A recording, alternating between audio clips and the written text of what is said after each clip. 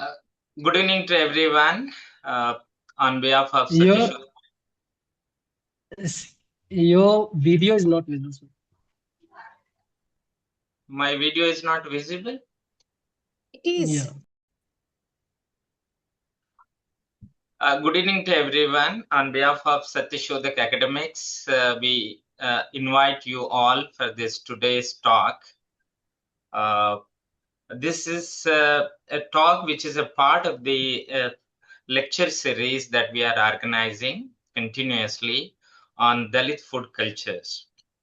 4 months back, we issued a concept note for the public, and where we have invited people to contribute chapters on Dalit food cultures, and we received very I good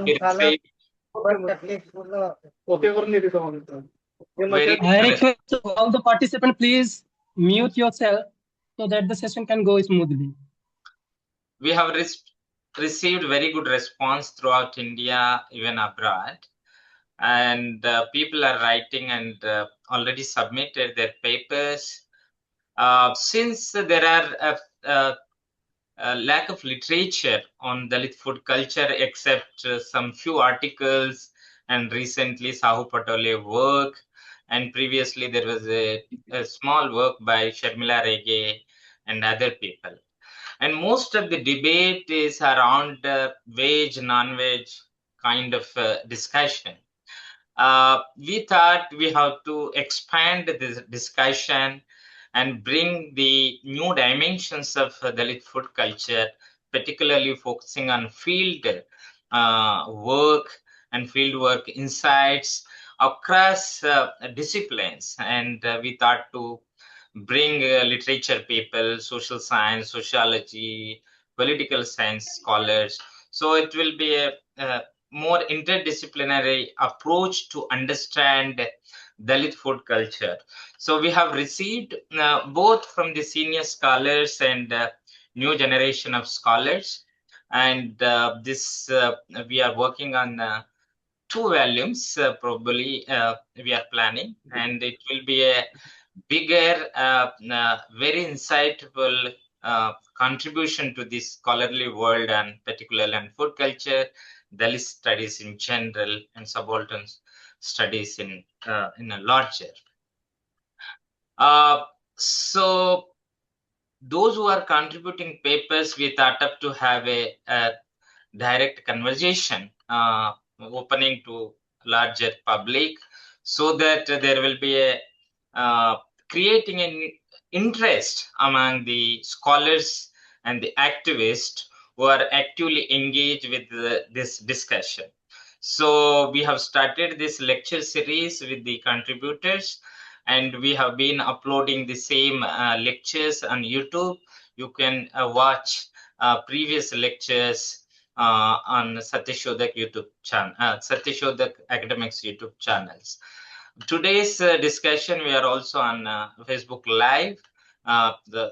On Facebook Live also people are watching on Satyashodak Academics. Satyashodak Academics is a scholars and activist network who are interested to bring the new dimensions of social realities, and taking the inspiration from the anti-caste thinkers across India, and expanding their philosophical praxis, and creating a socially relevant knowledge, and the contributing to the liberative politics. With this, I invite Dr. Anand Kumar. He is also one of the co-organizers and is also co-editor of this series on Dalit food culture. I invite Dr. Anand to invite formally today's or introduce today's speaker, Dr. Anand. Yeah. So thank you so much, Professor Gopani ji, for your introducing this series. So, as you all know, most of I think audiences are well aware about this project. We have been running this lecture series. It's been, I think, more than 4 months. So, for this lecture series, for this today's session, we have invited our guest from University of Texas, Austin, Miss Shruti UK. So, Shruti UK is a doctoral fellow at the Department of Communication Studies at University of Texas, Austin. Uh, she has earned her master degree from TIS Mumbai. Previously joining to this University of Texas, Shruti UK earned uh, at Nagpur University, RTM Nagpur University, and uh, Ferguson College, Pune, as a teaching faculty over there. So Miss Uke is actively engaged in her research and academic activities, primarily focusing upon the intersection of caste, gender, and body politics in very larger framework. So Shruti Uke has already published a few papers, among which menstruation rules and rulings is one of the pioneer scholarship by Shruti Uke. So I hope everything is going to be very well organized in this talk. And for this today's talk, the topic is sacred and profane kitchens. So with this talk, the central argument that Uke is going to keep is understanding the politics of kitchen while talking about Dalit food culture in a larger sense. So with this note, I would like to invite Shruti Uke for her talk. The floor is open to you, Shruti Uke. Thank you, Dr. Anand and Dr. Gopani too, for this introduction and especially for starting this lecture series.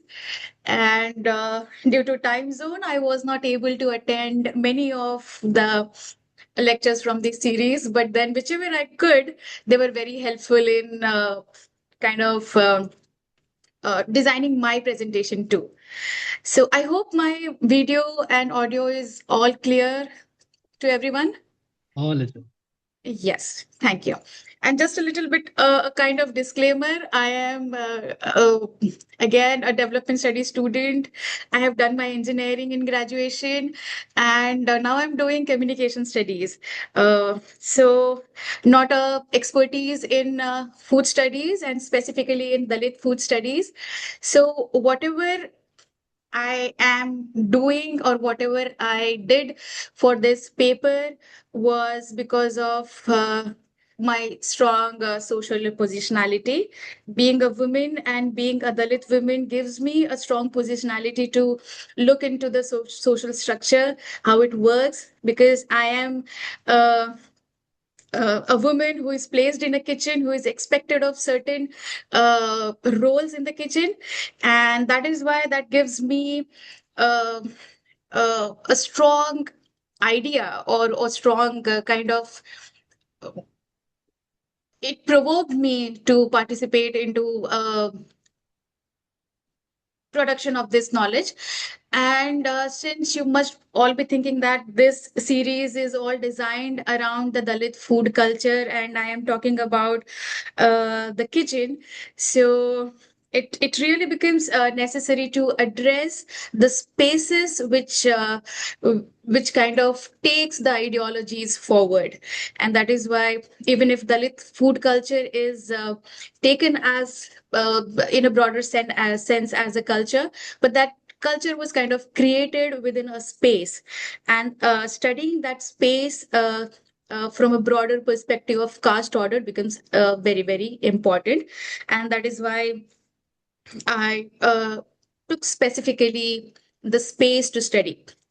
And also, the way I'll be looking at Dalit kitchen will not be, yes, the interviews or the study I have done is in the contemporary world, but then whatever aspect of caste we study, we need to see every aspect, be it Dalit and education, Dalit and medical or mental health, or Dalit and folk culture, whatever aspect of caste we study, we need to kind of see the origin of it or trace the history of that aspect of the caste. And that is why I will be looking at the Dalit kitchen as a space from, and I'll kind of trace the history of how this space was kind.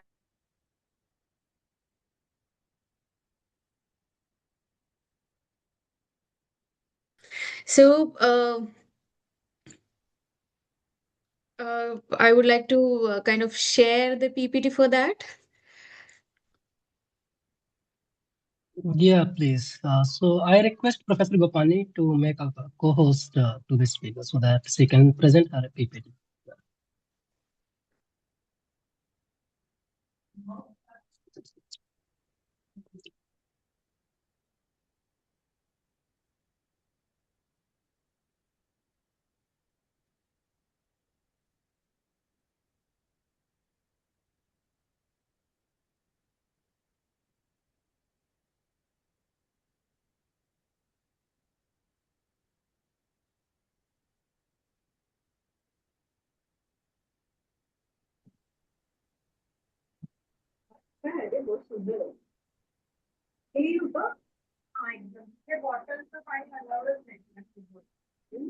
Hello. Hello, hello. Yeah, how Welcome, are you, Urmila ma'am? Pawarji. It's such a honor that you are attending this Thank you. lecture. Thank you. It's Thank you it's very really much. very honor for me as well to see you in live. So it's really well, very well. So I'm happy. अरे marksheet पाठव ना. हा photo पाठव. So is the slide visible? Oh. Uh, मला दाखव ना. Not now. Shruti, okay, not now. I have already sent the request for sharing. Okay. Professor Gopani ji, please provide access to that speaker Is so it that she can share her PPT. Now it's visible. is it visible? Yeah. Ah, yeah, it's visible now. Yes. Just a request to mute the mics, all the participants.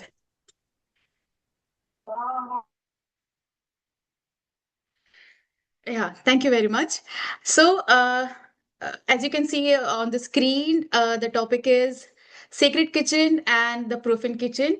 And my take to study Sacred Kitchen and Profane Kitchen is because Dalit Kitchen is a part of the caste structure and cannot be studied in isolation. We have to see Dalit Kitchen uh, as a part within the broader caste framework, and that is why I have placed Sacred Kitchen alongside Profane Kitchen. Profane Kitchen, I'm especially using it because even Brahmin Kitchen is considered as a sacred kitchen, and Dalit Kitchen, with respect to the caste vocabulary, it is considered as a profane, and that is why I've used that vocabulary. And as far as the presentation goes, these will be the topics which I will deal: the architectural shastras and the sacred sites, Brahmin kitchen, microcosm of caste order, Dalit kitchen, is it a profane site or a counterculture? And how does Dalit kitchen kind of renounce, adapts, and reclaims its space in the course of time? Before I kind of jump on to deal with the nitty-gritties of what exactly is Dalit kitchen or what exactly is a Brahmin kitchen, I would like to let you through the framework I will be dealing with, and that is Lafab's spatial triad and Gopal Guru's caste experience of space and compulsive Sanskritization. Just let me know if I'm going too fast or if my speaking is too fast. Okay. So, this is Lafab's social production of space. Why? He was a Marxist, and he kind of emphasized on that how a space is never a neutral container, and how it is produced by the capitalist power, and how the labor is invisibilized in these spaces. So, my intention of using Lafab's theory, that is social production of space, I will be looking at the same theory from the caste perspective. And these are the three very important aspect of his theory, and that is conceived space, perceived space, and the lived space. And conceived space, he means to say that these are the dominant ideologies. These are the power centers of any structure that design that how a space should appear, and they kind of create a architectural plan for that, and they put their ideological norms, rules, regulatory codes into it, so that all these in together justify the dominant ideology. And the second aspect of this theory is the perceived space. Whatever that you have conceived, whatever the dominant ideology want a space to be working as, the perceived space helps in it. It is where actual practices are done. I mean, a dominant ideology do not work on its own, but there needs to be some practices, very, very specific practices that you perform in your everyday life, so that the conceived space uh, performs the ideology. And this is the practices that performs the ideology. And third is the lived space, and this is the actual representational space. It is when a body is put into that space, what are that body's experiences, what are that body's memories, what are that body's uh, take towards that space. Is that body adapting to that space, or is that body trying to emancipate itself from that space? So that is the actual lived space, or representational space. So I will be looking at Dalit kitchen and Brahmin kitchen, both these spaces, from how these spaces are conceived, how these spaces are perceived, and how these spaces are lived. So let us go back to the conception part, how these spaces were conceived through the Shastras. And if anybody needs the references for these, I can provide later on, but these are taken from the authentic sources. And I would like to pull your attention towards how these sacred spaces were conceived, chosen, and designed. So you can just look at the text and see at the highlighted uh, text from it, like how Brahmin site was chosen or given. The site is according to the Varna system, and these are all architectural shastras like Vastu Shastra, and there are many other shastras. It is not just the Vastu Shastra, but there are many other shastras who kind of work in alignment of Varna system, so that the settlement or the spatial segregation is practiced according to the Varna Dharma, so that Brahmins are always given a space, a physical space on the earth, that kind of gives them the ultimate happiness and the ultimate prosperity.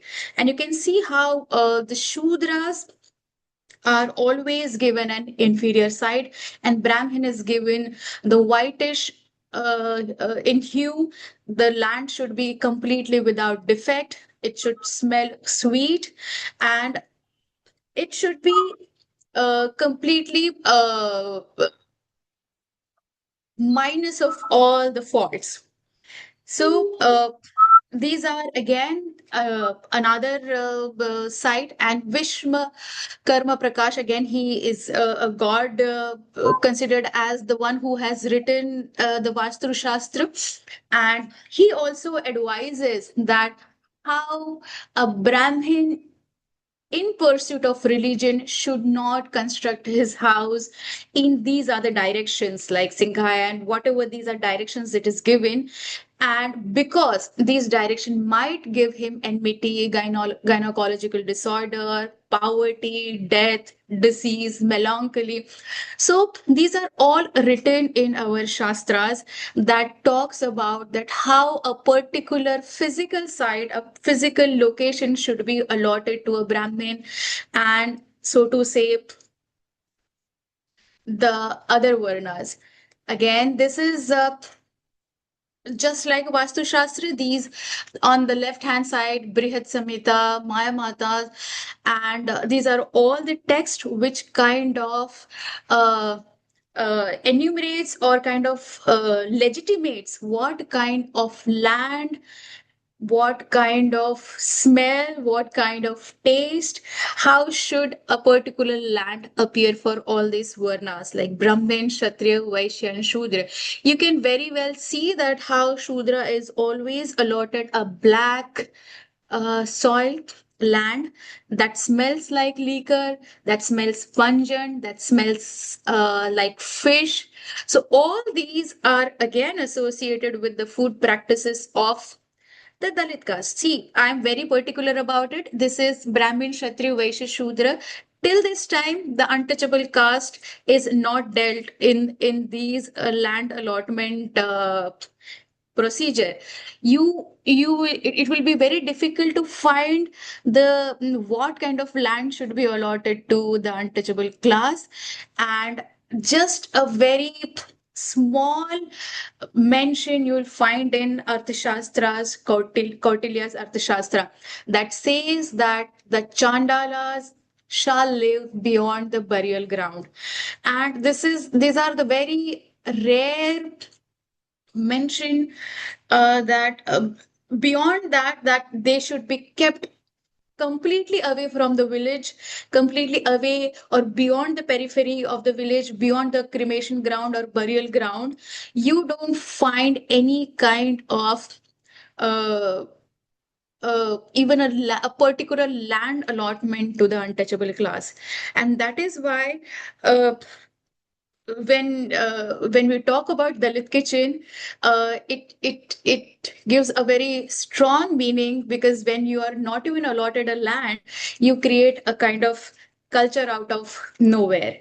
So this is something which I wanted to take you to the history, that how lands were allotted, and a pure land to the full of defect land, and then the untouchable lands comes completely out of these descriptions. And through this, I want to kind of jump again to another architectural plan that is we as a contemporary world might be kind of little aware of, and that is this is the Vastu Purush Mandala. And this is the plan through which mostly nowadays housing societies or real estate kind of sell their properties, saying that our properties are Vastu compliant. And what do you mean by Vastu compliant? So this is the plan which is kind of executed. I mean, the directions where your kitchen should be direction, where your bathroom should be direction, your bedroom should be direction, your main living room should be. But this I would like to get into a little detail about the Vastu Purush Mandala. So this man, the one who is lying on this plan, is an asura who is kind of pinned down by almost 45 deities. And this is he is kind of pinned down on his face looking at the earth, so that he can never arise from that position. And you can see all the deities, they are sitting on his body parts. And Vastu Puja is usually considered as doing kind of doing the puja, so that the house and the deities, all the deities which are sitting on this asura are are made happy. Even if a single deity gets up from the asura's body, that section of the house will get disturbed. And that is why you need to keep each and every deity happy so that they do not get up and the asura don't arise from his position. And to the southeast corner, you will see the position of Agni. And that is the most sacred space given by Vastu Shastra to the kitchen. Agni means fire, and it is the fire deity. And that is why your kitchen stove should always be placed at the southeast direction of your house. And this is how the kitchens are designed. Most of the time, you will not find it. And that is why if the house is not made according to the Vastu Shastra, you perform Vastu Puja to harmonize all the deities. And specifically, I would like to mention a very peculiar point of uh, the god Agni and the kitchen space. You can consult any Vastu consultant, and he will be like, you will. If your house is not built according to the southeast, if the kitchen is not built on the southeast direction of the house, you need to kind of demolish that space because there is no treatment in Vastu Puja. And because that goes to the say in Rig Veda, because if you need to harmonize or make happy Agni, the deity Agni, if you want to make deity Agni happy, you will have to give him, because his diet is the ox and the barren cow, and this kind of creates a kind of shocking connection that how can a Vastu Puja be conducted by sacrificing a cow or sacrificing a barren cow and sacrificing an ox. So this is how it also goes back to that how the meat sacrificing and meat eating was not specifically associated with the Dalit kitchens or Dalit people per se, but very much a practice of Brahmins too. So this is what the particularity of Vastu Purush I would like to explain. And again, this is a asura pinned down by the deities.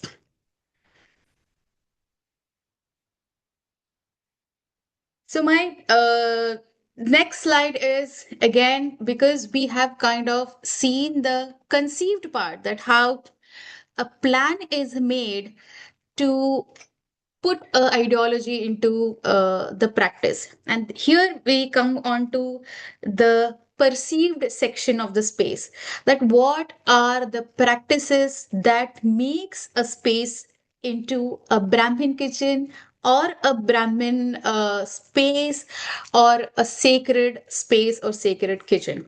So these are, as we know, that Brahmin kitchen can function as a condensed form of caste order, and whatever that applies to caste system, whatever that applies to the rules and regulatory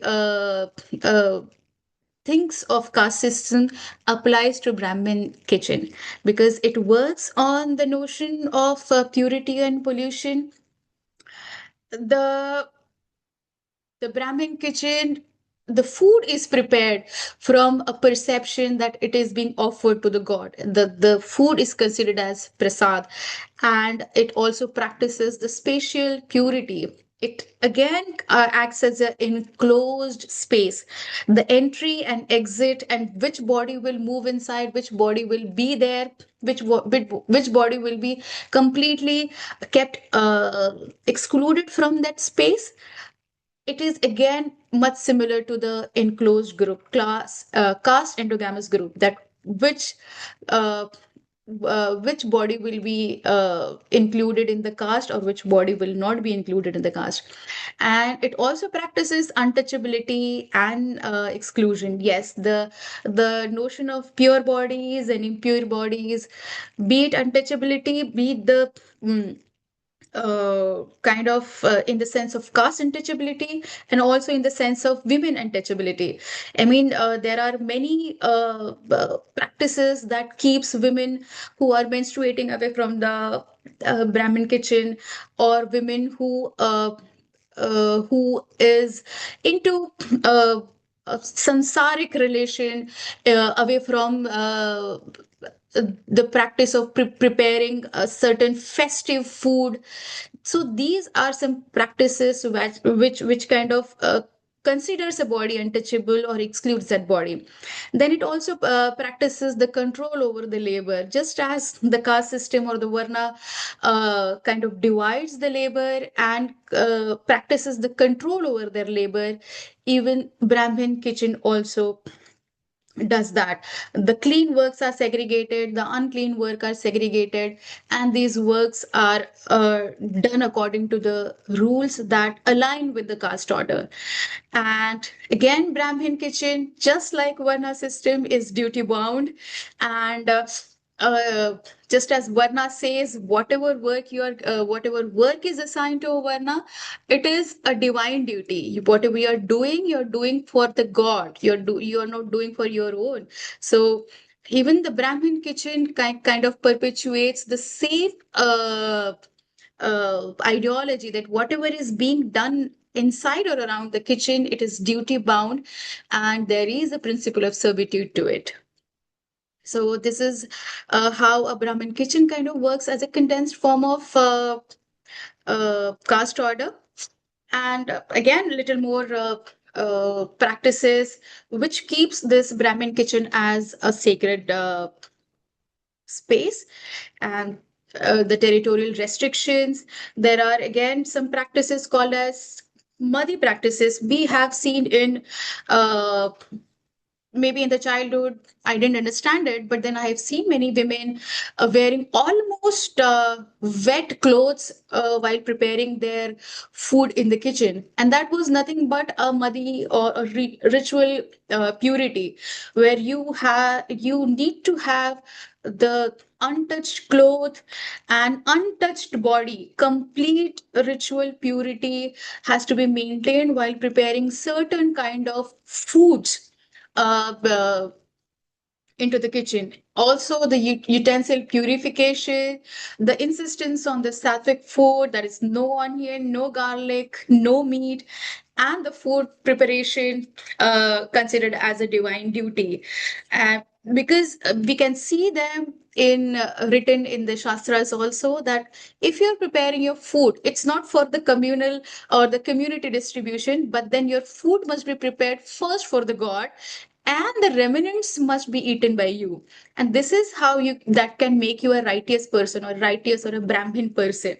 And this is what this shloka says: the righteous who eats the remnants of the sacrifices are freed from all the sins, but those who cook food only for themselves, in fact, eat filth. So this is how the ideologies are practiced into the space, and kind of reinforces the caste order or makes you a Brahmin person. The the space is made Brahmin, the Brahmin makes you, or the Brahmin space makes you Brahmin.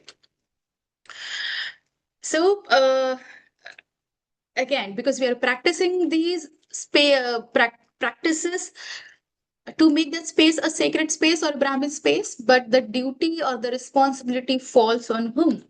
So just as Dr. B.R. Ambedkar says that women are the gatekeepers of caste system, and just as Uma Chakravarti says that it's the control of women's sexuality and the food labor that sustains caste hierarchies, we can see that in the similar way, the women bodies are used within the kitchen to kind of reinforce, re-establish the caste system. And we can see that just as Varna Dharma gives duties to every being, women gets her duties post her, what do you say, Upanan Sanskar, it's marriage for women. Her duties kind of starts post her marriage, and she gets her varna by getting married to a man, and whatever varna he belongs to, she gets that varna. And that is through that she gets her divine duties, and those are mostly the procreation and the nourishment of the families. But in this Brahmin kitchen, her body, the sanctity and the purity of her body and her responsibility to maintain the territory clean, pure falls on her. Just as to maintain the caste purity, just as to maintain the caste endogamy falls on women, and how the surplus women were almost every time disposed in the form of sati or widows. In the same way, you see that the responsibility of maintaining the sanctity and the purity of this space, Brahmin kitchen, becomes very important and falls on the shoulder of women. And we can see that what if uh, a Brahmin woman, specifically Brahmin women, deviates from her divine duties. We get many kind of evidences that how women were tried to put back into her divine duties so that she do not deviate from what were assigned to her by the Brahminic religion or the Varna system. With the rise of during the colonial period, there was a rise in women's education, but then how it was dealt that women should not move away from her divine duties, that is to procreate and her duties of nourishment, because she was considered as an annapurna.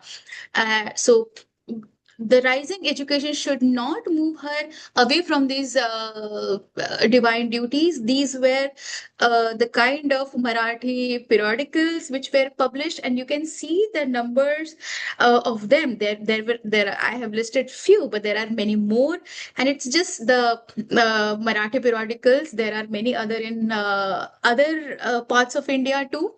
So this was because Western or English education was considered as a threat to the Brahmin domesticity or of women, and that is why it was kind of suggested and advised that women should be, even if they are going to English education schools or taking education in English, they be taught the education or the culinary or the food practices. These should be taught into her, this should be included in her syllabus. We can see that how Tilak kind of opposed English education for women because he felt that it will de-womanize them.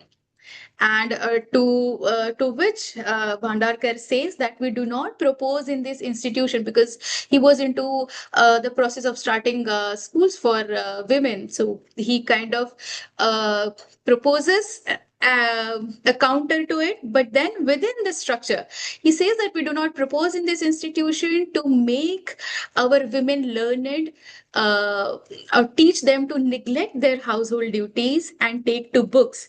We are in what we intend to do is to make them more fit to discharge their duties. So even the intention to give women education was that they should go back to their Brahminic house or Brahmin kitchen and perform their duties. The purpose of giving them education was so that they perform their divine duties properly. So these are again some of the other publications, and these were all published because of the tension that rose that women are growing incompetent in their culinary duties and the household duties, the kitchen duties. And surprisingly, whatever list I gave you here, these are authored by equally by men, and it's not just done by women, but these books were written by the men and women equally, so that Brahmin women are uh, kept confined and dedicated towards their kitchen duties.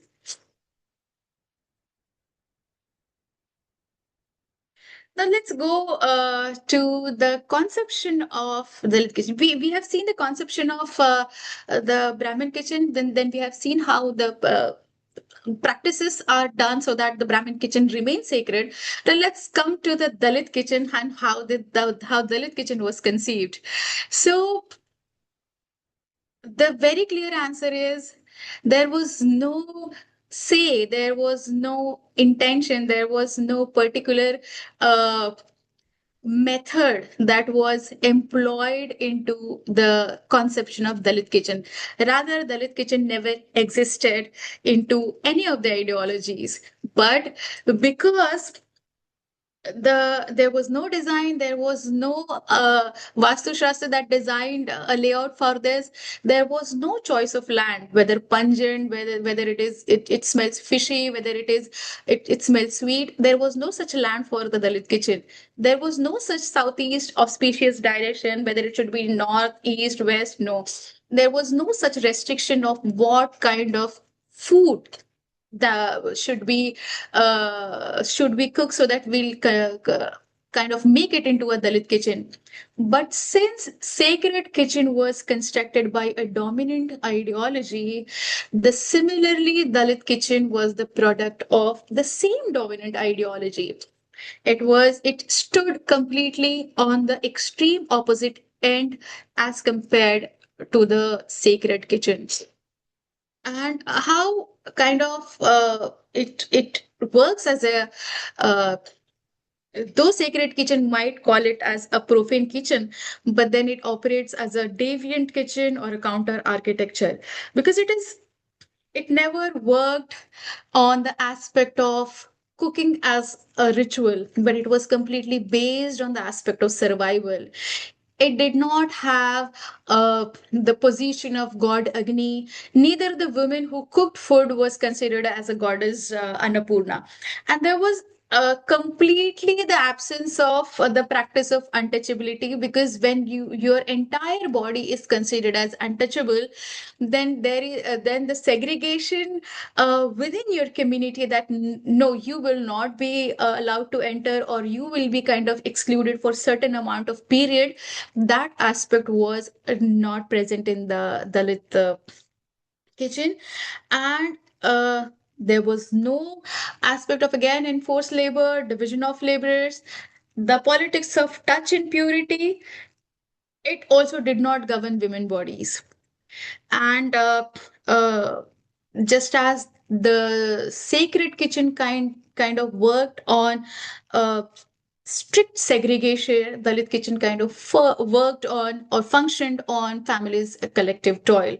So it might be considered as breaking all the norms and regulatory norms of the sacred kitchen, and that is why it might appear as a profane kitchen. But with the ideology that sacred kitchen was made or constructed, the Dalit kitchen kind of stood as a agitation or a strong opponent. Though women, while working in the kitchen, might never have felt that they are standing against any ideological system or dominant ideology, but whatever practices they did, that kind of developed into a counter architecture. And this is what, because I have conducted a small study on it while I have interviewed some Brahmin families and Dalit families in Maharashtra. And I kind of saw that these both the kitchens are kind of deviating from their ideologies. But in while talking about Dalit kitchen, I would like to mention a very important aspect of it, is that uh, whatever practices Dalit kitchen did, they were kind of imposed on them. They were not of their choices. The food they selected, maybe the meat they were cooking in their kitchens was not selected by them. The grains they were cooking in their kitchen were not selected by them. The space in which they were cooking was not the space of their choices. But the only thing that can we say was the complete creation of the Dalit kitchen was the practice with those food materials and the way which gendered gender works or the labor was put into it. Uh, they were not knowing that they were kind of rejecting untouchability. They were not knowing that they were rejecting vegetarianism. They were not knowing that they were rejecting the social exclusion practices. But with whatever material they had in their kitchen and the way they practiced and the way they cooked, it kind of constructed a counter to the sacred kitchen. And it was such a powerful construction that we can with the passage of time we can see that how that kitchen stood as a place of agitation, as a place of counter ideology, and also how women who worked in those spaces kind of talked very proudly about whatever they have created out of those scarce materials. And again, with that, I would like to kind of give my gratitude to again Urmila Pawarji and Baby Kamble and the mention of the book. We also made the histories. So through these Dalit kitchens, actually women created histories that they were completely not knowing about it. They were not aware about their works at that time. But yes, the history was being created through those spaces also, and those are very strong. But that was a different time, and this is when I'm interviewing the women and the families, Dalit families and Brahmin families. These were the kind of uh, inferences I was able to find out, and where I can see to the left hand side, I can see that Brahmin kitchen is kind of losing its sacredness, and they are very particular about conducting Vastu Puja. They did have a kitchen temple within their kitchen area, and beef never cooked in their kitchen. Brahmin women still consider cooking as their sacred duty. And muddy purity, the one which I talked about previously, that women completely in wet clothes, completely untouched clothes, they observed such practices, but only during the festivals. Menstruation rules have become a little flexible now, and men largely stay away from the kitchen spaces. This is what I observed. Because I studied the kitchens of these communities. And moving to Dalit kitchens, again, what I found was that Dalit kitchen is kind of aiming for sacredness. Just as Brahmin is losing their sacredness, Dalit kitchen is aiming for sacredness. Again, this cannot be generalized to all over the India. This was a very small study, and this can be broadened up, and maybe different aspect can come out of it. And I saw that most of the Dalit families conduct Vastu Puja. They might not be understanding anything about it, but then they do. And again, most of the kitchen I found, there is a kitchen temple, there is a small temple. And this is completely opposite to what a Dalit kitchen was previously when we were living outside the periphery. There was no question of putting a temple inside the kitchen, but now we have a kitchen in the temple. And beef, which was very naturally cooked in our kitchen, the beef is getting out of the Dalit kitchens nowadays. And yes, the Dalit kitchen is shunning the practice of eating offal. And educated Dalit women have kind of internalized kitchen as their duty space. Maybe not as a sacred divine duty as the Brahmin women says, but then the internalization of duty aspect is still there. Men practice distance from the kitchen, not different from the Brahmin men. Even Dalit men are practicing distance from the kitchen. And the Dalit kitchen, which might not be a gendered space earlier, it is becoming an increasingly a gendered space. And just to end up the talk, I would just like to walk you through some of the narratives. I'll just read them for you. Uh, we still regard cooking as ritual. Because I am Bengali Brahmin, some of other Brahmin friends do not eat food cooked in my kitchen because I cook non-veg in my kitchen. So I have to treat them out in the pure vegetarian restaurants. Yes, we are Brahmins. We consider women as goddess Lakshmi, but we do not believe in the orthodox menstruation related untouchability in our kitchen. We cook meat, fish in our kitchen, but if you're asking about beef, strictly no. We moved our kitchen temple out and made a separate room for it because in our kitchen everybody can enter, but the kitchen temple is kept aloof. So this shows that you can very well make out that these statements come from a Brahmin family, and that this kitchen is kept, the kitchen temple which was very much available or present in that kitchen was is made is it taken out of the space because that kitchen is now accessible by the domestic help also, or many people come where you cannot ensure the body purity, and that is why the kitchen temple was removed from it and kept into a space which can ensure the purity of the god. And this is the statement from the Dalit family, where a woman says that Anna hai Purna Brahma, and I don't consider kitchen as a sacred place, but I consider it as my responsibility to cook food according to the liking of my family. Another woman says, I remember seeing the hung meat. It's an old, she's an old woman, put for drying in our neighbor house, but my family never ate such meat. We used to eat fresh slaughtered meat, though it included discarded parts such as head, brain, stomach, intestine, blood. We cooked these items from it, but now we don't cook even such parts. We eat only good parts like chops and kaleji. So there is a kind of distinction between the meat by a Dalit family too. And these are the statements uh, that again show a gendered space that kitchen is growing into. I do not go into the kitchen because I'm a professor, so most of my time is spent in the college, and in the evening I give my time to my theater class. The purpose of my visit to the kitchen is mostly to fetch a glass of water, to pick up the tiffin box, or to change the glass cylinder. And last but not the least, माझा आणि किचनचा दूर दूरपर्यंत संबंध नाही आहे. And it translates to I do not have a distant relation to the kitchen. And it comes from a Dalit man.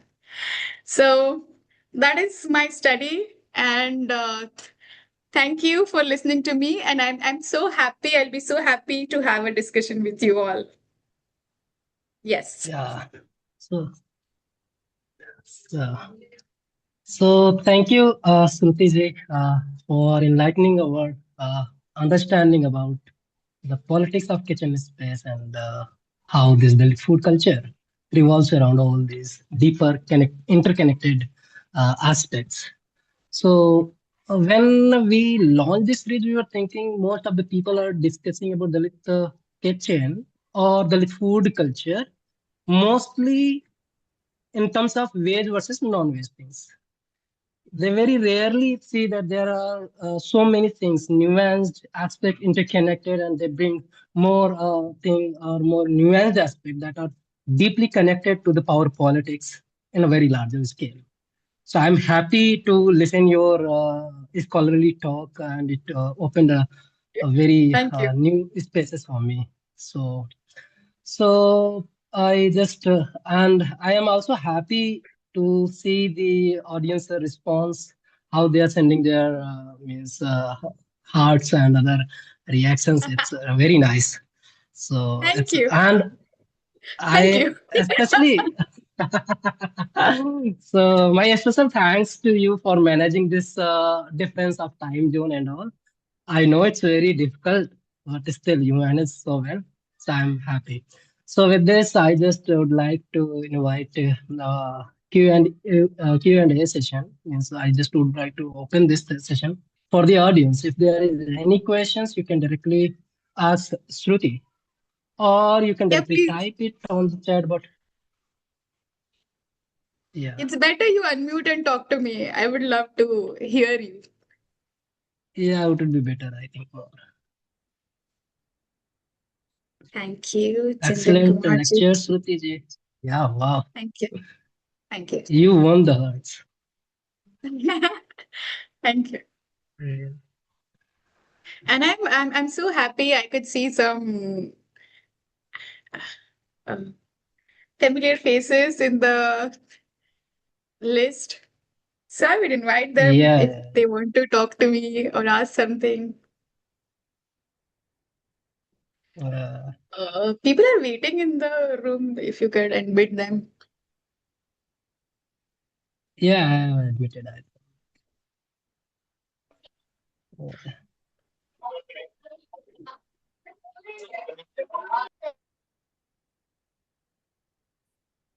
So, any question from the audience? I think you have interwoven all the thing so deeper connectivity or brought some deeper connected aspect about the food culture that there is no space left for the questions. No, So it's even really even a general insight, I would yeah. invite and I would love to hear if anything.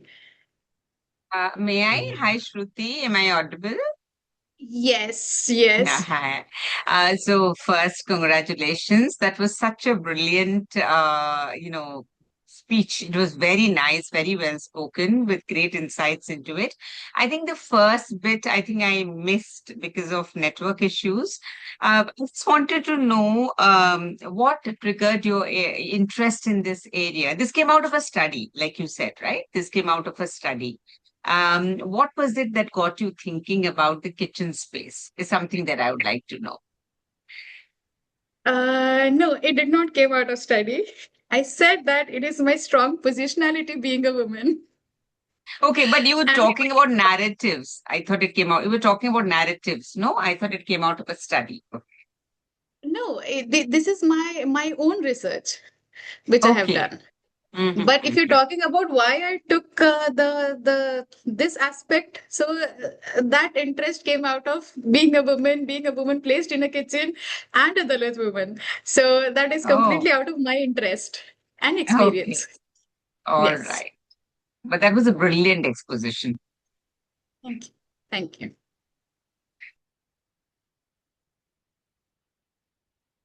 I would love to have questions. So actually, Yes, yes.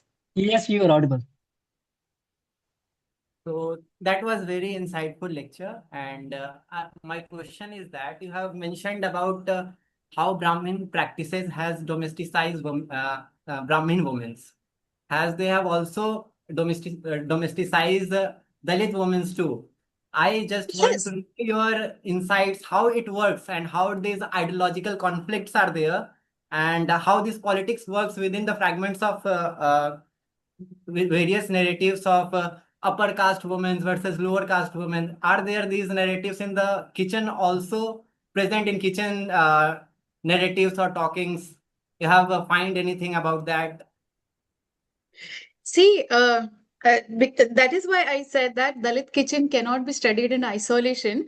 It is a part of the bigger ideology, the caste ideology, or the Varna duties, again, broader aspect, we can say. And the ideologies were put on the Brahmin women, and that was nothing but a Brahminical patriarchy.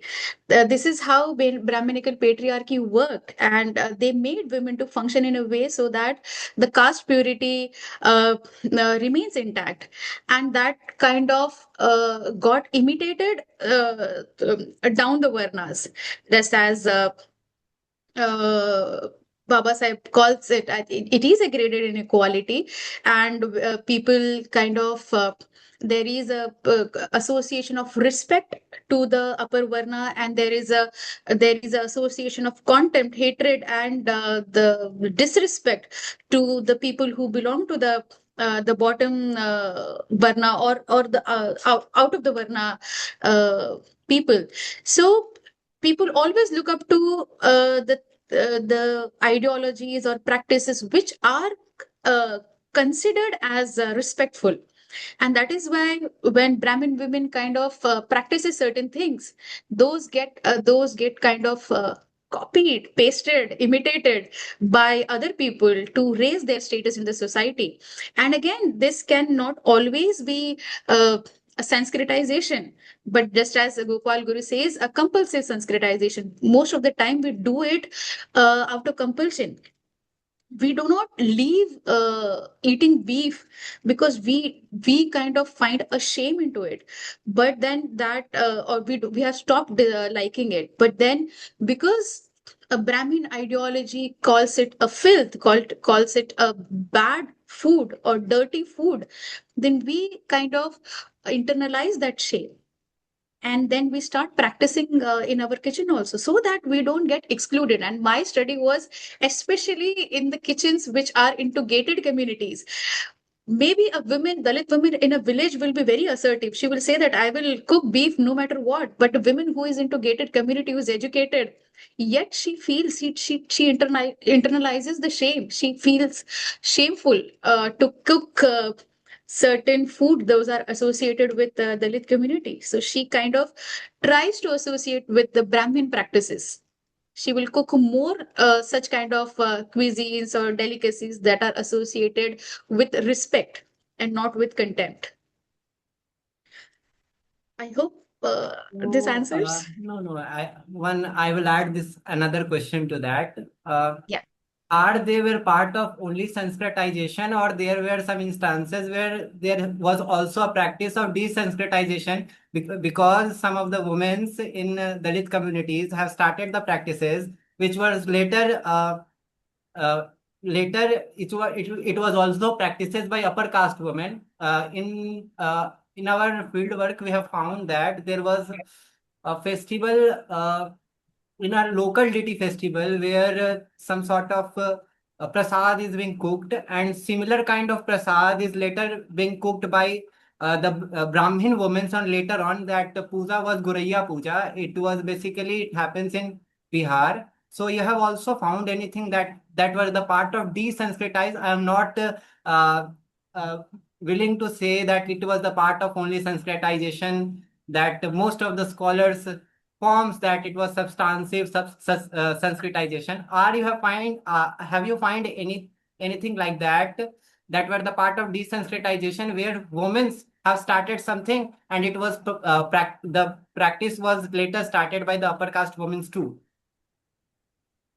See, I don't know if you can call that as a complete desanskritization, but then yes, I would call it as a liberation.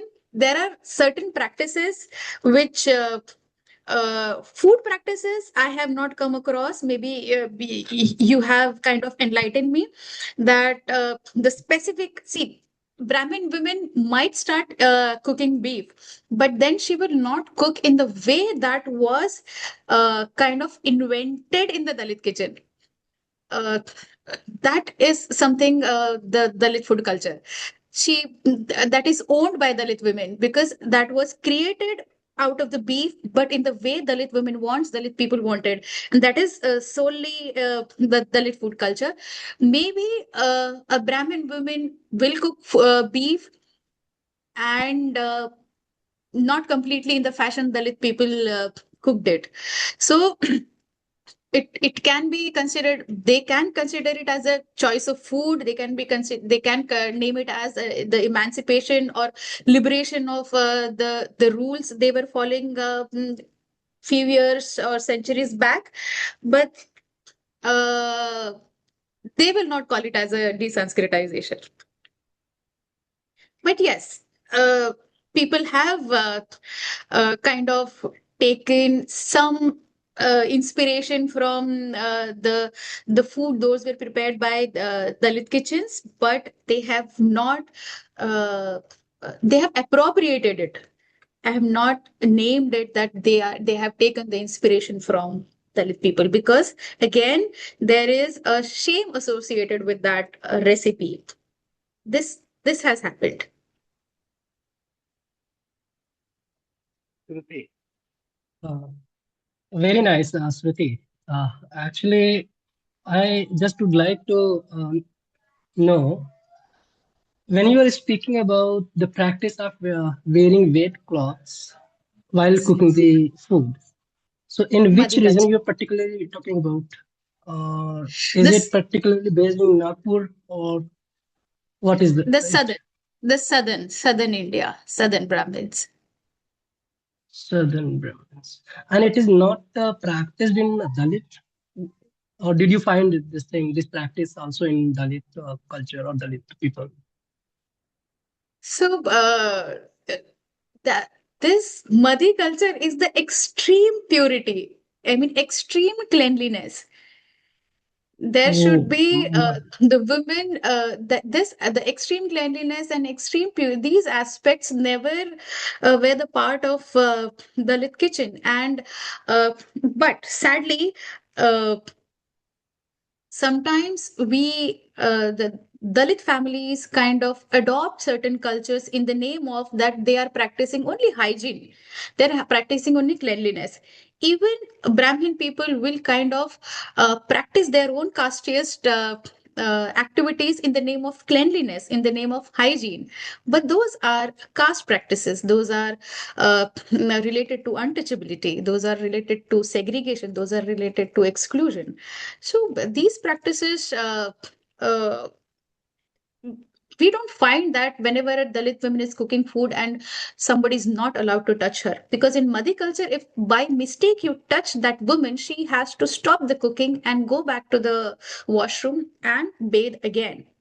And then come back to the kitchen. So we did not have so much water resources also and time also. So do all these things.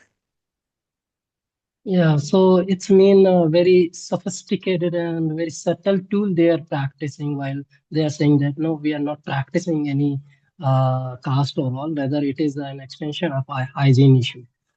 Yes. And based on this hygiene pretext, they are somehow reproducing caste experience and hierarchy among themselves, and that seep through to the society from the upper to the lower caste.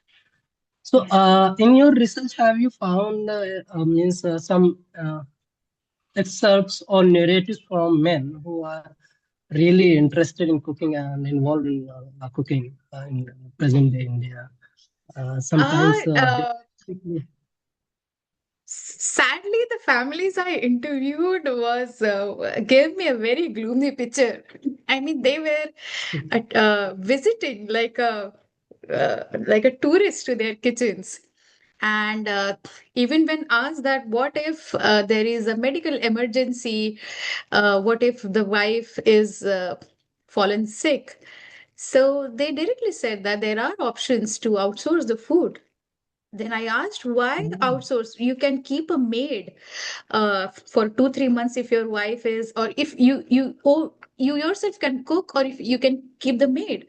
Then there is a straight answer that no, keeping maid is not allowed because we don't prefer eating food made by the maid. So the preferences, these are all caste coded vocabularies that why you will not prefer food cooked by maid because you cannot ensure their purity, but then you will outsource from a place which is known as a pure vegetarian, cooked by Brahmin. From there you will outsource the food for almost 2 3 months, but then you will not do that kitchen duty uh, by yourself, because they have the simple answer that we were never taught to be in the kitchen.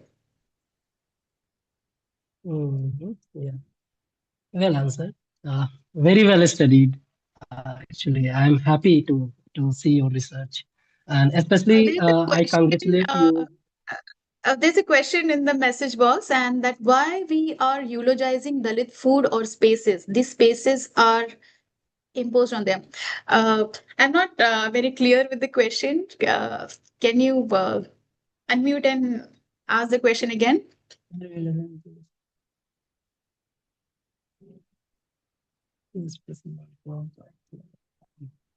This is, I think, half questions. Ajay Chaudhary ji, can you unmute yourself and ask your question? We are actually not clear with your question.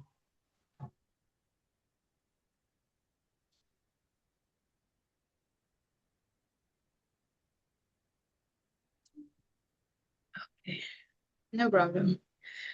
Hello, Shruti. Actually, hello. I'm traveling actually. Uh, okay, the presentation was very good, but what I'm asking is like this: the way there is a comparison between the Brahmin kitchen spaces and the Dalit, spaces. So basically, the Dalit food or the Dalit spaces, uh, there should be some sort of, you know, we are talking about the destinations and many sort of things, but my question is that why we are actually comparing with the Brahmin spaces actually the practices. Because Dalit spaces are very different. And second thing is that when you are going back to the when you are going back to the some years back where your generation is talking about that such things were not there, like the Brahmin spaces were not there. They're not eating the food, the choices, they were not having any shastras. I mean, the way you talk about it. So I feel that these are all imposed on them. I mean, these are they were not doing these. They are not making according to Vastu Shastra their spaces, kitchen spaces. These all are imposed on them.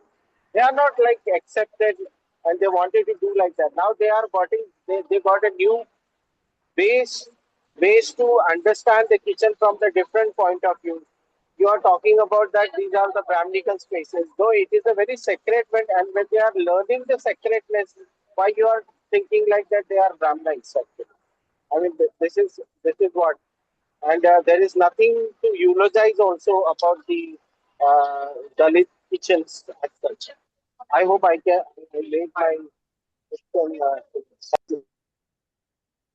I'm sorry, I'm still not very clear of your question, but then with what you asked, that why we are eulogizing Dalit food or spaces, my first take was again that Dalit kitchen or Dalit space was not something that was produced by Dalit by their own. That was not independently created.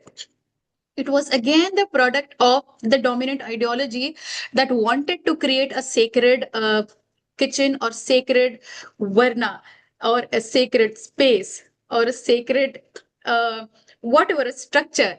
And for that to have a boundary or the rigidity, they had kind of made rigid choices that these things will be included in this kitchen, these things will be excluded in this kitchen. And whatever that was excluded and completely rejected fall into the Dalit kitchen. They all these things fell into the space of Dalit kitchen. That is why I say that Dalit kitchen as a space is nothing to be eulogized. The food which was imposed on them is nothing to be eulogized. But yes, whatever Dalit people has created out of that resources needs to be eulogized, because that stands as a power to kind of counter the abundance that was in the kitchen of Brahmin kitchen, and the scarcity that was in the Dalit kitchen. So that scarcity kind of stands very strongly in opposition to the abundance of the sacred kitchen, and that is why that space, through practice, whatever it has created, needs to be eulogized. And this is my take. So extending Sruti's talk, I just Shruti, wish to mention can I this. ask one Yeah, question? there's Mr. Santosh Sirarkar. I need to hear him. Shruti, Yeah, thank you. please. It was wonderful talk. Can you hear me? Thank you. Yes. Okay, okay, yeah. So when we are discussing about food culture and particularly the kitchen culture, and when you are discussing about Dalit culture, Dalit kitchen and Brahmin kitchen, uh, like how we can see that can we see that beyond the purity and pollution, because the how this particularly upper caste, while following this Brahminical kitchen, how they are maintaining their class aspirations, because they are tackling with two issues, which is one, the Brahminical status they are gaining through this kind of practices, and the second, when they are entering in the class structure, they have to maintain the class status quo also. So how they are like tackling with these two things? Okay, because when we see particularly in colonial India, we have seen that many communities. Particularly upper caste, they started mingling with colonial rulers. They started following the class kitchen and the colonial kitchen also. So that kind of fusion, in that way, it is like maintaining their political economy also. So in that say, how do you see that this how they are maintaining these class aspirations while following the Brahminical kitchen also? And second question, not question, but it is about the connotation and the term. When we are using this vegetarian and non-vegetarian, like for me, and somewhere I have read, uh, non-vegetarian, it sounds like a negative connotation, non. So can we use instead of non-vegetarian meatarian or something like that? Yes. Yeah, Yes. thank you Yes. so much. It was wonderful talk. Very nice to Thank hear you. Thank you, Dr. Santosh. Great, great. And to your first question, maybe I would like to address it in a way that because I am in US and I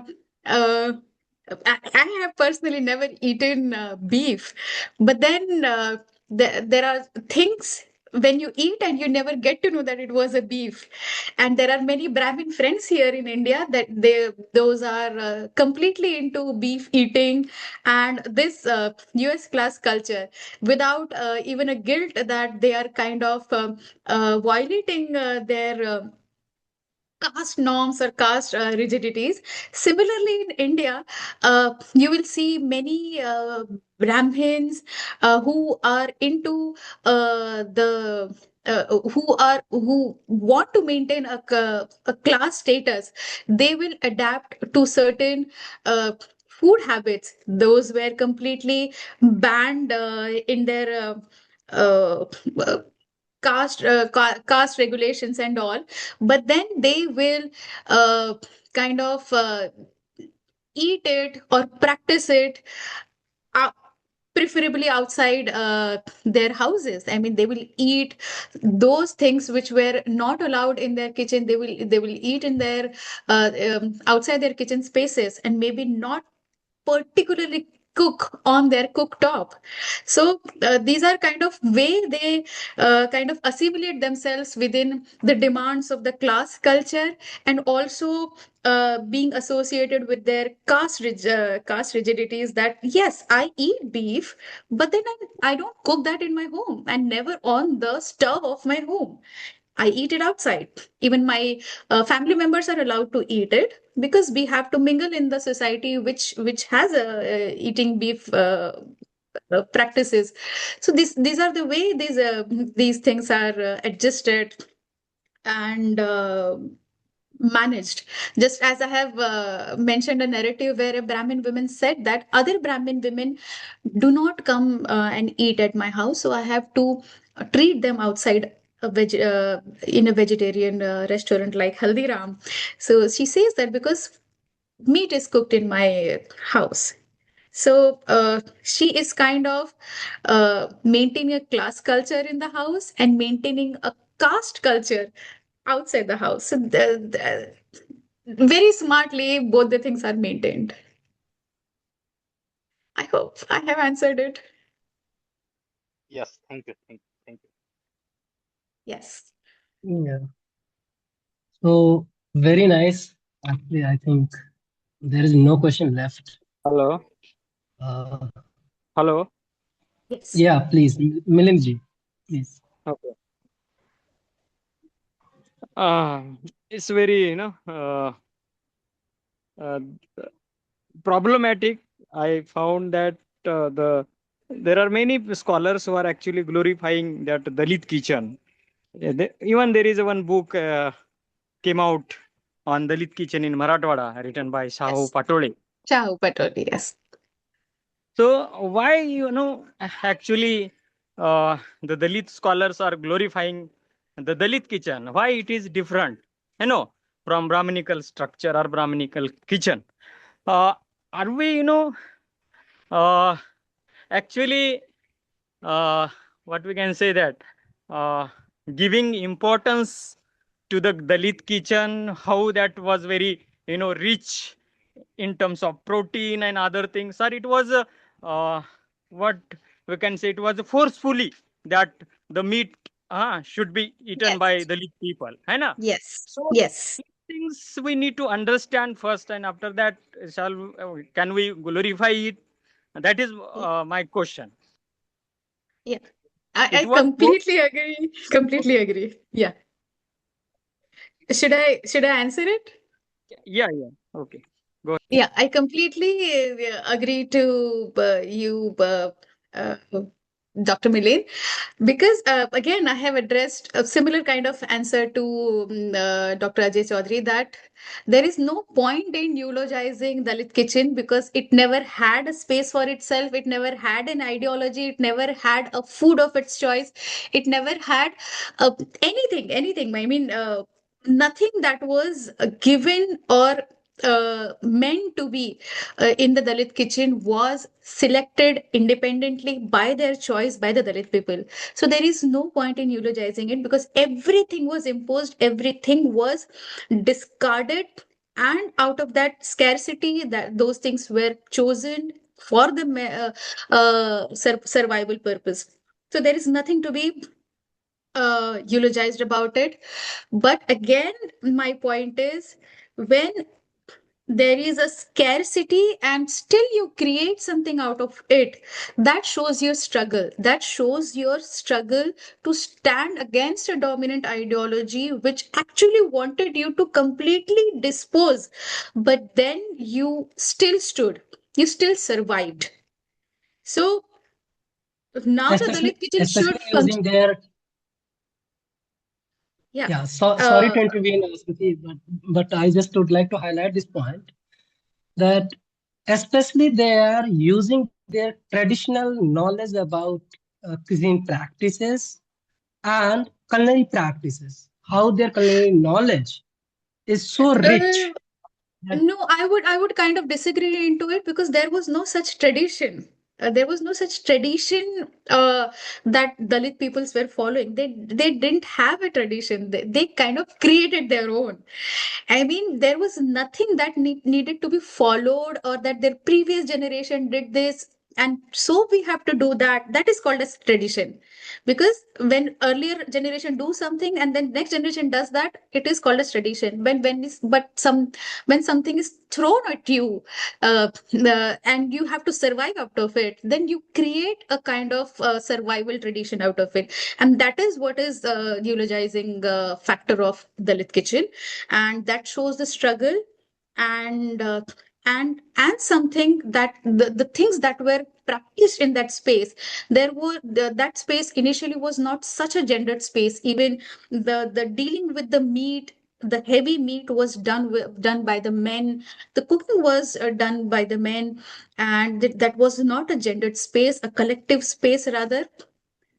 So these practices can definitely be eulogized, but these practices can be seen declining with the passage of time.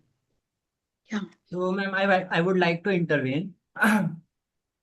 You are saying that something was not like that, but if we see North India, there is a community Pasi, and there is also a community Dusad. They used to, they are performing some pork rituals. Pork is Yeah, my very my much simple question, my simple question would yeah, yeah. be like a Musahar, can that be eulogized? Like was that a food of choice? The No, it was simple never, question is. it was never, but it is, I am talking about Parsis, specifically Parsis and Dusads, where the colonial records and the various ethnographers has mentioned that they were the pig rearers. And still, I am giving you a case study of Azamgarh district, where still the whole market has collapsed, but the pork market is still can be seen in similar fashion that it was seen much before the colonial age. And still in the rituals like marriages, the Parsi family used to make pork as a meat and serve them to the barats and the people who come in the marriages, especially in Mundan, in childbirth, everything. They are very much, pork is very much integral part of that community. And how we can say that there is no that kind of ritual and assertion is there. No, no, I have seen that. I have very closely followed them. Uh, much much earlier times. So there is some kind of assertions in them, and they still portray that they are portraying that on marriages, on rituals, they are still cutting the pork and distributing among themselves. It is a strong definitely kind yes. of Definitely yes. Definitely yes. This is what I'm saying. This is what Dalit people have created. And this creation should be used as an assertion. This creation should be used as a strength. And that is why Dalit kitchen or Dalit food practices uh, can be eulogized. Not uh, because something was imposed on them. If pig was or pork eating was their choice, then that should be asserted, not the choice of eating rats. That if but if again, I have another take also. If you have become accustomed to eating rats and somebody snatches that from you, then it should become a part of assertion, because then now it becomes the choice of the right to choice. No, it is quite right. Obviously, you are saying that we cannot say that rat eaters, even it is superimposed by the colonials. The Musar itself, the Musar word is something coming from Nesfield's work and something because every caste has their occupations and they are identifying them as Musars, that is mainly rat eaters. Even the word is very problematic if we see the colonial times, they have used the mushars, that is specifically telling them rat eaters. But their plate is very much enlarged. They are using various kind of foods for their survivals, not only rats, but it is something that is the intermediaries, the Brahminical intermediaries who are the sacred text which are stigmatizing them. I could see in that way. Kundan, please. We will definitely have a conversation in the long run. Uh, Yes, sure, sure. Thank you, Kundan. Thank you, Kundan, for your insight. I will definitely look into the details of that. so in conclusion, we are very thankful to Shruti UK for presenting very insightful, very detailed uh, presentation, and particularly talking about kitchen uh, as a site to understand the space that controls conditions and our behavior around food culture is something very, very important. And largely in food studies, this kitchen as a space is not in a detailed manner not studied, particularly within the Dalit studies. It is not explored much, though there is a need to do it.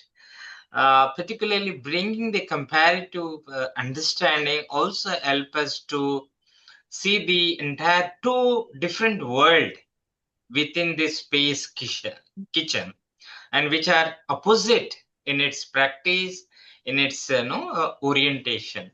And although there are changes over a period of time because of the modernity, because of the way technology entering into even kitchen, the technology and kitchen is one of the very important subject to be explored, whether it is within the Brahmin life or the among the Dalit. I mean, people who are in the modern spaces among the Dalit kitchen also, there is a different kind of orientation are taking place. I remember in my childhood, was no concept of kitchen as such in our house. There is nothing like kitchen. I mean, listening kitchen as a space, separate space, is something very new to us when I crossed my village and enter into small town. Otherwise, we are open kitchen in front of Yes. house. People cook it day and night. Yes. So there is nothing Yes. like kitchen as such. And Yes. slowly, when we built a small room, and within a small room, everything is there. There is nothing like kitchen as such. In one room, you sit there, you also cook there, you also sleep there. So there is nothing like the kitchen as such, the modern idea of Yes. kitchen.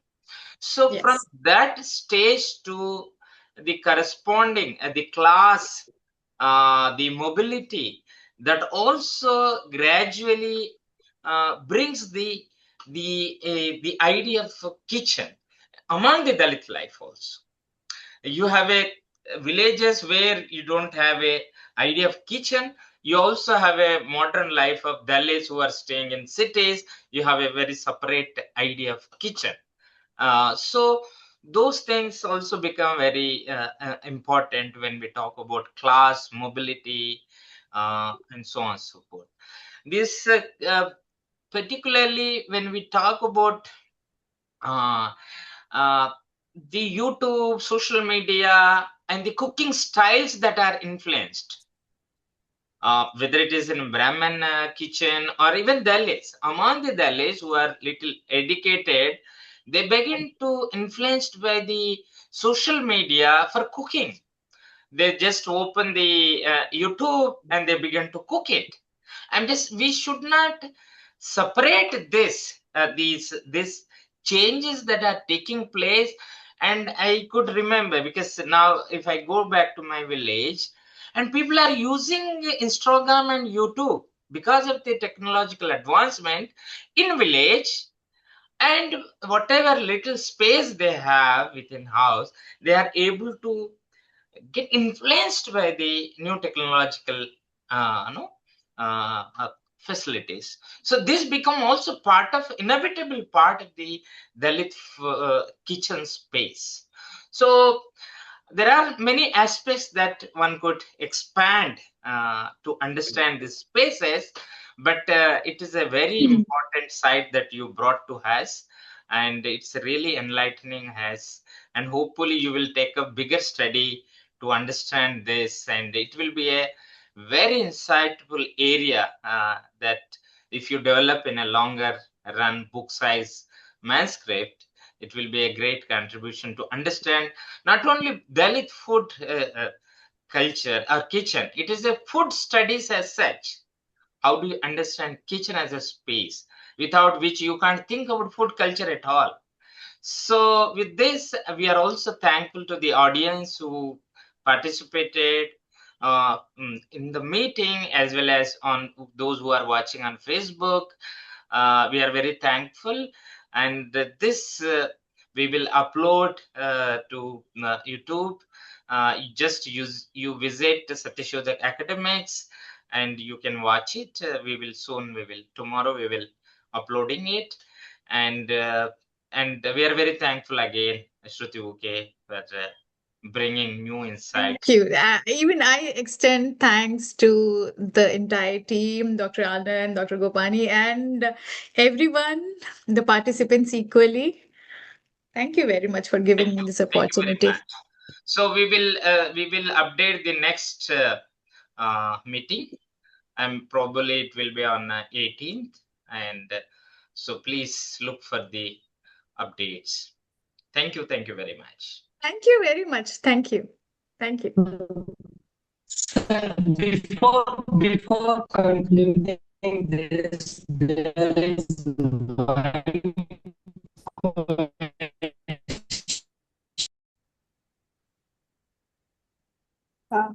It is Hello, ma'am. regarding It is regarding the Brahmin kitchen you're asking? Hello, ma'am. I'm Anu. I'm from Pune. Thank you, Anand sir, for highlighting the question. Ma'am, my question was 16 पर्यंतच मर्यादित आहे की पुढे म्हणजे पुढे पण जेव्हा placement येतं जेवणाचं तर ते ताटामध्ये पण दिसतं. My translation is that the placement of food मला शुद्धता फक्त 16 पर्यंत सॉरी आय एम नॉट ह्या वाक्याचा अर्थ मला I am not able to understand it. Ma'am, my question is that the purity process means it starts from 16 from that process to the placement of food. So is it just limited to the making of the food to placement, or it is beyond, or what? I think I'm If I'm if I'm making any sense. understanding it if I'm understanding it correctly, and if you could clearly say if you're talking about Brahmin kitchen, Brahmin kitchen, yes, Yes, because ma'am. Yes. Shuddhata, the purity is associated with the Brahmin kitchen. So you want to ask that the purity, the practice of purity, the strict rules around it are maintained only during the cooking process, or it is also practiced when you serve it outside the kitchen space in the Yes, ma'am. dining area. Yes, ma'am. Yes, This ma'am. is see, there can be some aspect while cooking. The rigidities are maintained very strictly, and that also get translated in the process of serving also, because if a woman who is maybe into her menstruation cycle, if she is not allowed to even come out of the room, or maybe to enter into the kitchen, or maybe enter the kitchen but not cook the food, then the same woman will not be allowed to serve the food, because again, if you're considering that food as a prasad, so you need to kind of extend that ideology of cleanliness or purity till it is served to the god, till it is served to the men in the house, till it is served to the kids in the house. So but my take is mostly within the kitchen, how the kitchen kind of is a territory where the strict rules are practiced, and serving can be an extension of it.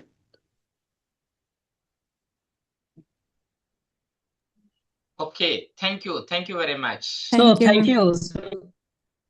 Thank you, Anu. Thank you. Shruti, and definitely it is a great Thank you, Dr. Anand. Thank you. conversation. Yes. And definitely we'll be organizing more and more. Yes. So we'll be in touch, and we hopeful to look forward for further Yes. collaborations. So Yes. thank you so much. Thank you. Yeah. Thank you all.